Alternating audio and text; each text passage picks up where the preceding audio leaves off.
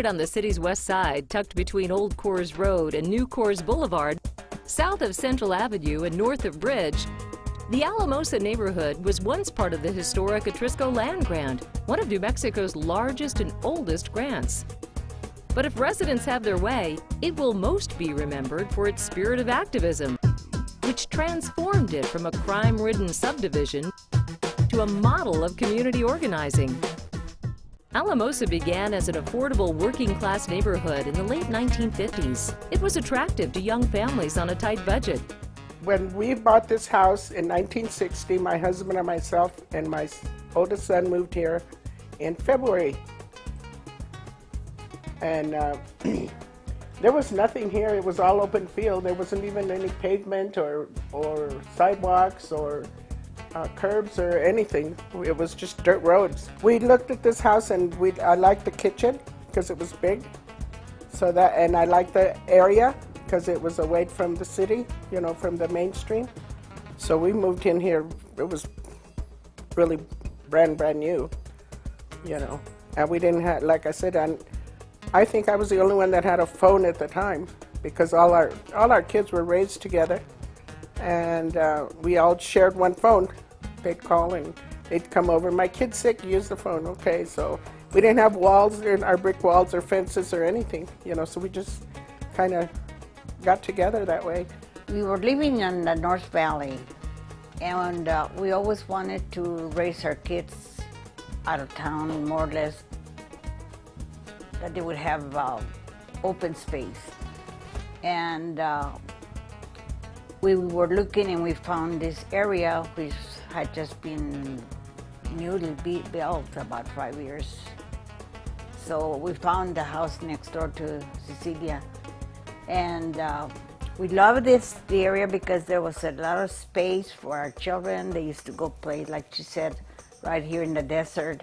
And we could see them from our house. It was so peaceful. But the same couldn't be said for the rest of the neighborhood. In 1964 is when we bought this house. And we've been here in this particular house ever since. There were a few houses, and the street was paved on one side, on that side, and this side was still just dirt. The school is about three blocks from here. Yeah. Matter of fact, when we moved here, to show you there was nothing much, Robert and I could stand on the front porch and watch them walk to school, make sure they got there safely. There are apartment buildings up there. Well, all of that was vacant, nothing but weeds, and so people would just dump their trash. And of course, we had kids. We didn't want them playing in the trash. He and some other neighbors would clean it up because it was a mess. And Central didn't have that much business on that street. It was mostly people hanging out. No, we didn't even go to the Central by ourselves, you know, that kind of thing. Because, you know, people panhandling and of course the prostitutes were out on the Central. And, you know, we just avoided that. As the neighborhood matured, problems worsened. I moved in this neighborhood probably when I was 13 years old. Well, I was growing up in this community. It was probably one of the toughest communities in the city. I remember very clearly, you know, the gunshots daily, the fights, the drug dealings going on in the daylight. My wife and I moved into the neighborhood in 1975. I just gotten married, and it was our first home, and the house was very affordable, recently built, and we really didn't know what we were getting ourselves into. And both of us are moving in from the South Valley, so we're used to not having a whole lot of amenities, so we didn't see any stark differences then. We were just excited until a few years later when public housing went up right across the street from us. So it sort of changed the, you know, the landscape of stuff, and that's when we started having problems. So that became the Colonia Guadalupana, which we found out were folks that had been displaced from the South Parelas redevelopment. And so we had a lot of folks, not only from there, but other parts of the city that moved in. The neighborhood was already somewhat unstable because of it's a poor neighborhood. Let's just face it, it's not one of the more well-off neighborhoods in the city. And so with that, you have all the concurrent social ills that come with it. And so we really felt that at that point in time, the real match to the fire was that public housing units, which came in with no social supports, and then it just got out of control really quickly. The police department, there's record of it. Police department wouldn't come in here unless they had backup. Fire department the same, unless they had police backup, wouldn't come into the neighborhood. It was a pretty crazy neighborhood. Oh, it immediately became apparent within a year or two that the neighborhood was much more violent than what we had ever imagined. Within the first 2 years of our living in that home, our neighbors, 2 neighbors were killed, shot, and drug deals gone bad immediately across the street from us. Another time a body was found inside a car just across the street from us from an overdose. You know, we started hearing gunshots. There was different episodes that happened that we were just, oh, this is not quite what we thought it was going to be. The city asked Chris Baca's agency, Youth Development Incorporated, to bring social service programs to the neighborhood. YDI began by setting up a drop-in center in the projects. The drop-in center was something that actually one of my former co-workers who has now passed on, Mr. Ted Gallegos, was actually the person involved wholeheartedly with that. Ted was probably the most unique character we had in this organization, not only because he worked wholeheartedly with kids. Everybody knew Ted, all the kids respected him. But he was one of those kids that came from maybe the wrong side of the fence and was involved in the wrong activity. Having him, knowing what the other kids were doing because he was there, made it unique. And so with having his expertise, his knowledge, this thing became a success. He was serving probably 500 kids a week through there. You know, he worked miracles out of that place. It was very clear to me then that social issues and housing and community and economic development were inextricably linked. You couldn't do one without the other. YDI brought in a variety of programs, from drug and gang intervention to job training. While the programs made some impact, it appeared at the time to be just a Band-Aid. It would be up to the residents to take back their neighborhood. We decided to join the neighborhood association. For one, it was because, you know, either we were going to move out of this neighborhood or we were going to stay in, but we had to make a difference. Because if we were not going to move, we realized the challenges we were facing. We realized that if we were going to raise our kids in this community, we had to try to make a difference. The most important ingredient about changing anything is having people with heart, commitment, caring, and devoting the time. That's what actually changed the tide, the community part of it. Not the other stuff we were doing, even the programmatic stuff, isn't what changed it. But it became inextricably linked to community organizing because we had to look at where are the leaders, who are the natural leaders in this community, because they're there, you know. And you know, I got my wife says, can you and Ted, can you guys start a neighborhood association, because this is something you can do. You'll have legal standing before the city.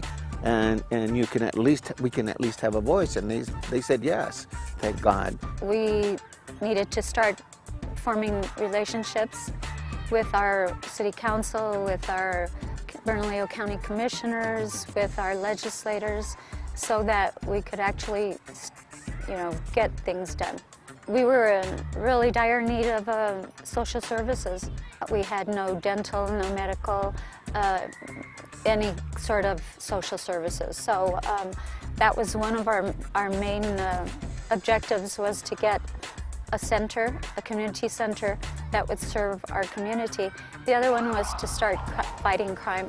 There was just too much rampant crime that wasn't being addressed.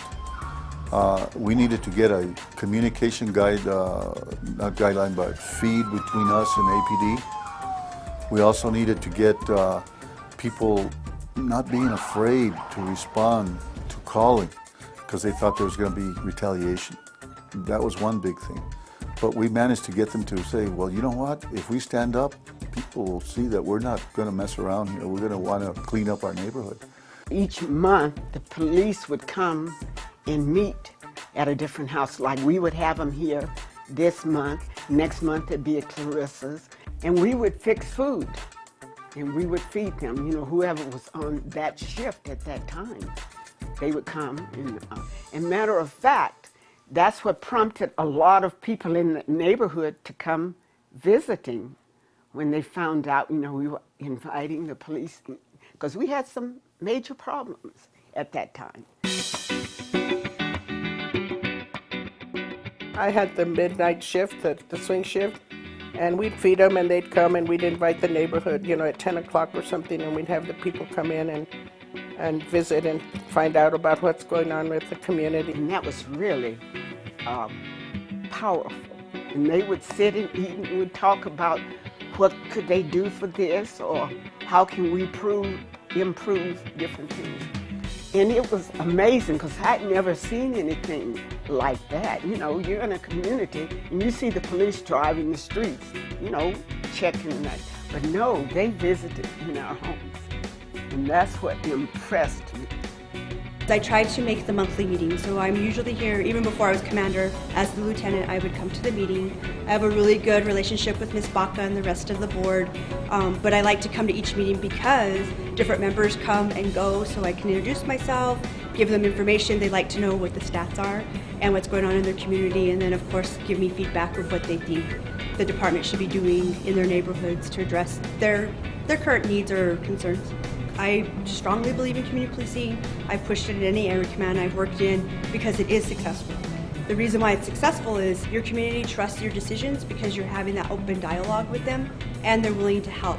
For example, like I tell them, hey, be a good neighbor, talk to your neighbors, tell them what you're seeing, tell them what's going on in these community meetings, tell them what we're doing because knowledge is power.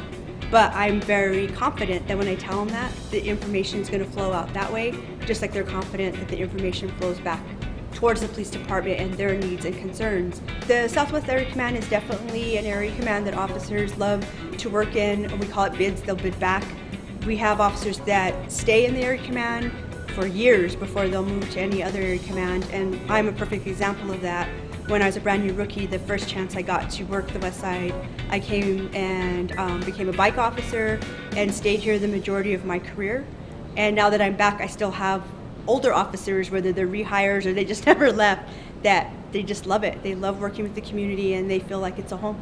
Where their buildings are going to get to the point where... As neighbors tackled crime through their partnership with law enforcement, the Neighborhood Association proceeded with its multi-pronged effort to rejuvenate the area and bring in much-needed services. The crown jewel of their efforts was the Alamosa Community Center. It took the community 5 or 6 years to actually get it built. They had to change where the city wanted to put it and convince them that it had to go here. And there's a lot of organizing that went up to get that to happen. A lot of appearances before subcommittees and city councils and working with elected officials to get them to change their mind. So it was a 5 to 6 year process. It took a lot of elbow grease and a lot of hard work and a lot of begging and pleading. With surrounding neighborhood associations, we were able to start really advocating, and we did things in the empty field where the center now exists. We did things like bonfires, and we also formed immunization clinics in Winnebago with New Mexico Health, and so it started bringing the idea of the need into everyone, into all of our residents, into all of our people in power. So we talked the city about, you know, we need health services, we need dental services. It'd be nice to have a library. You know, we need social services, we need public health. And so they understood then that this was more than just a community center that, in the traditional sense, that it just offered recreation. And so they immediately saw that and planned to expand the center to include all of these services. So right now it has all those services in that facility. It has First Choice, it has community dental, it has public health, it has WIC, it has YDI, it has a GED program, it has a library, you know, it has community meeting rooms. It's pretty fleshed out, fully fleshed out. As the association pressed ahead, it created opportunities for other neighbors to blossom. One of them was Clarissa Pena, a longtime resident who had led efforts to improve Alamosa Elementary School and bring Dion's Pizza to the west side. Ted Gallegos and his then wife Marie asked us to go to a couple of neighborhood association meetings, and we went and we listened. And you know, Chris Baca talks about me being in the back of the room. He says, all I remember is you in the back of the room, and you wouldn't speak, but you were always pregnant. And he says, but then once you decided to start talking, he says, you haven't shut up since. Being around such great leaders in our community, Chris and Jeanette just had an opportunity that not a lot of people have, is to really be able to surround myself with good mentors and people who have done some tremendous work. So I latched onto that, and I learned from them and got very involved.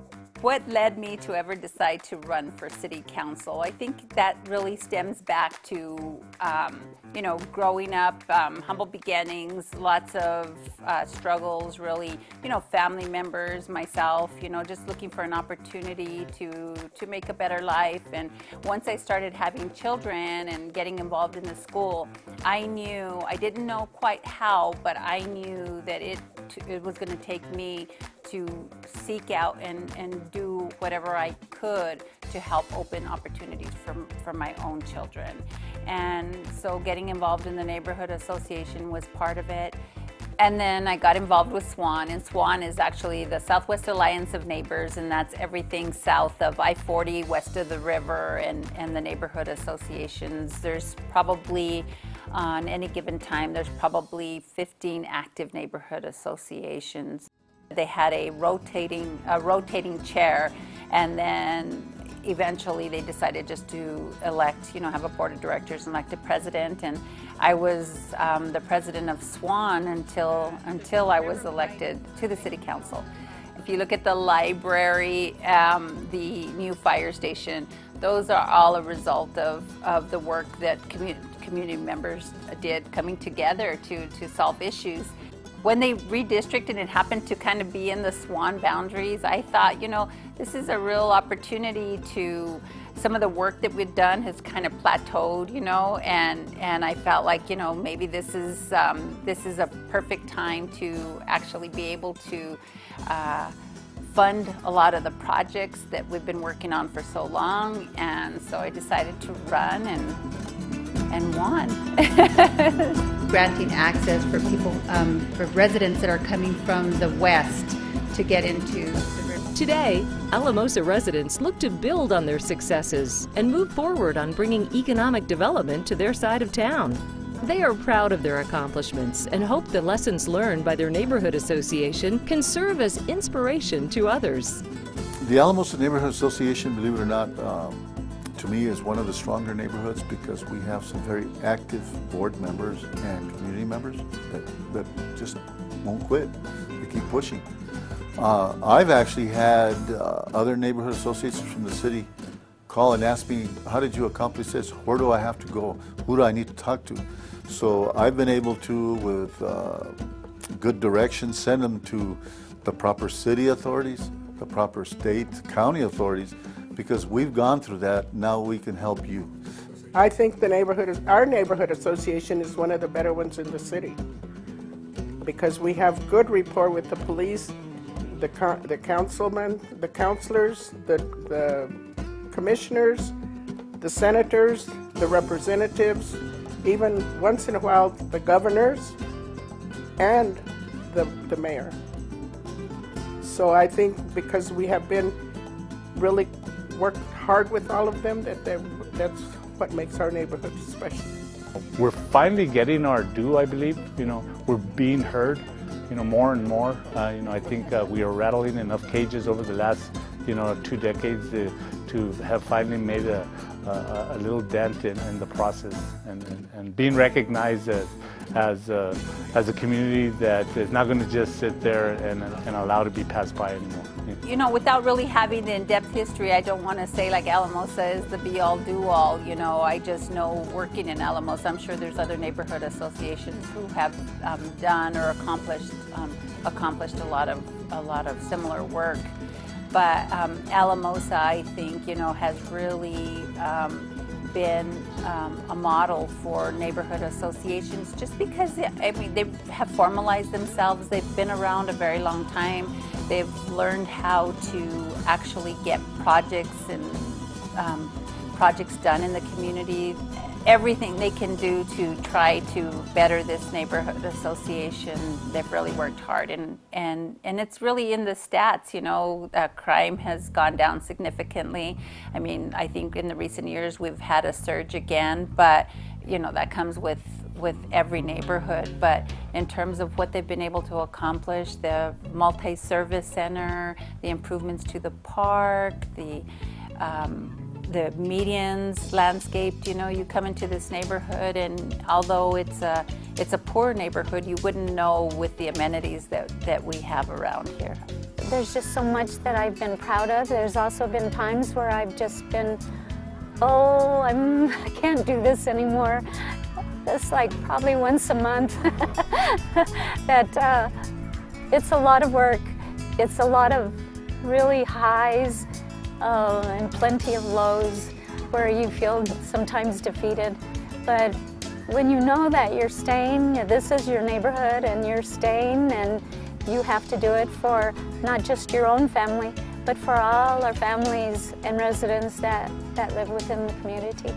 So to see my neighborhood where I grew up in still be beautiful, still have wonderful neighbors who care, it makes me very happy and proud.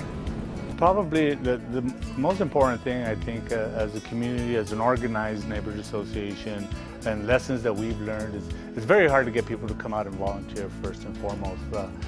We've been pretty lucky because we got a good, strong core of group of folks that got involved early on, and one of the rules that we instituted early on is that you couldn't leave the organization unless your name was in the obituary. So, you know, unfortunately we've seen that happen with some of our folks, but they couldn't leave prior. So yeah, Ted and Robert Hall are, you know, they're sitting back and they're laughing now and saying, we got out, you guys are still there.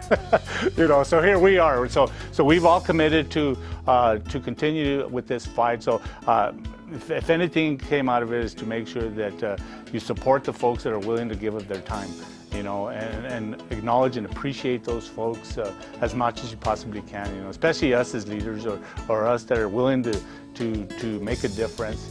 Appreciate those folks that, you know, unfortunately, otherwise we wouldn't have a voice. So we got to appreciate those folks that are willing to step up.